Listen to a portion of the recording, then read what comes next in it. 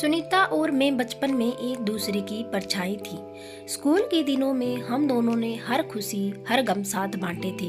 माँ हमें जुड़वा बहनें कहती और हम भी यही मानते थे कि हमारी लाइफ हमेशा एक दूसरे से जुड़ी रहेगी। यहाँ तक कि हम दोनों ने बचपन में यह तक सोच लिया था कि हम तो मैरिज भी एक ही घर में करेंगे ताकि हम दोनों हमेशा साथ रह सकें।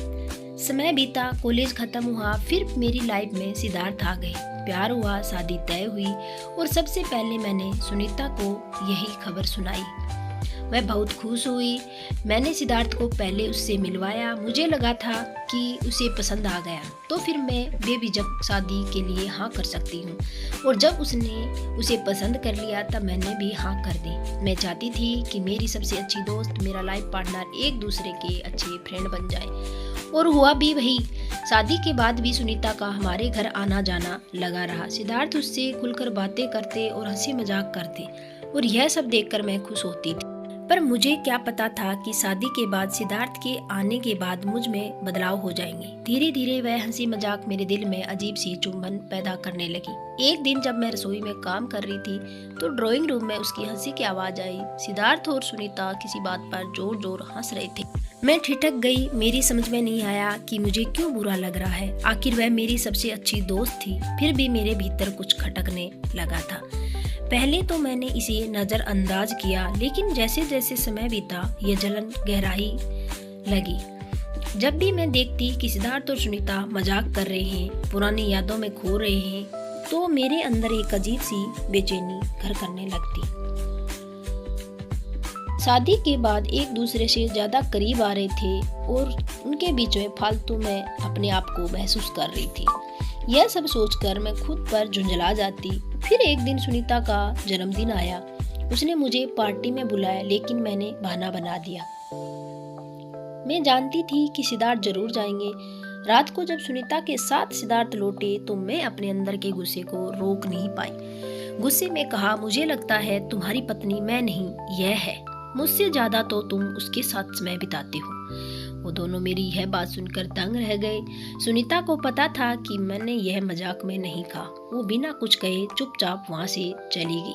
सिद्धार्थ को मेरी बात से बहुत दुख हुआ और उन्होंने पहली बार मुझसे ऊंची आवाज में कहा, तुम्हें पता भी है तुम क्या कह रही हो? सुनीता तुम्हारी सबसे अच्छी दोस्त है। लेकिन उस वक्त मैं कुछ भी सुनने को तैयार नहीं थी। मुझे बस इतना लग रहा था कि सुनीता हमारे बीच में आ रही है। उस दिन के बाद सुनीता ने हमारे घर आना बंद कर दिया।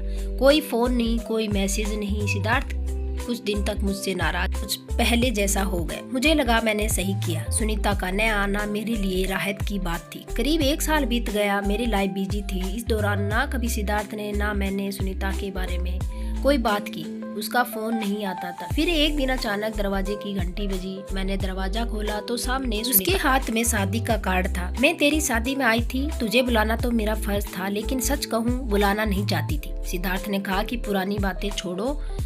उसे अचानक देखकर मैं सन रह गई, कुछ नहीं कह पाई।